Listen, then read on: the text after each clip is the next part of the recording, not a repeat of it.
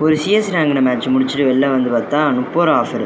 சரி இந்த ஈவெண்ட்டு தான் இருக்கே, இந்த ரோஸ் கலர் பண்டில் நல்லாயிருக்கு அப்படின்ட்டு இந்த கம்மி 300 டைமண்டுக்கு எது வருதோ அதை மட்டும் வச்சுப்போம் அப்படின்ட்டு இந்த பண்டிலு, யூனிவர்சல் டோக்கனு, பேராஷூட்டு அழுத்தி கரெக்டாக 299 டைமண்டு.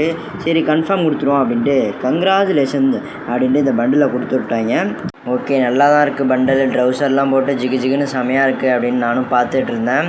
அப்புறம் பார்த்தீங்கன்னா 10 யூனிவர்சல் டோக்கன் நம்மளுக்கு கொடுத்துருப்பாங்க. லக்கி ராயலுக்குள்ளே போனால் ஃபுட்பால் ஈவெண்ட்டு. எனக்கு ஃபுட்பால் ஜிசி மேலே அவ்வளோதான் இன்ட்ரெஸ்ட் இல்லை.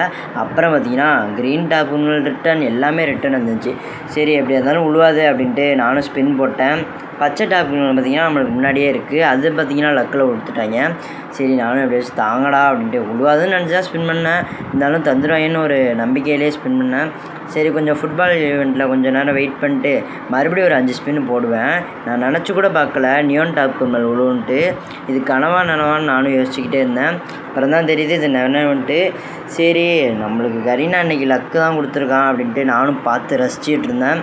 நியான் டாப்புங்கள் ரொம்ப ரேர் கைஸ், இது நம்மளுக்கு தந்துட்டாங்க.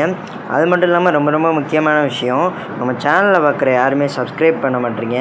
நீங்கள் பண்ணுற ஒரு சப்ஸ்கிரைபும் ஒரு மோட்டிவேஷன் மாதிரி. ப்ளீஸ் கைஸ் எனக்காக ஒரே ஒரு சப்ஸ்கிரைப் மட்டும் பண்ணிக்கோங்க.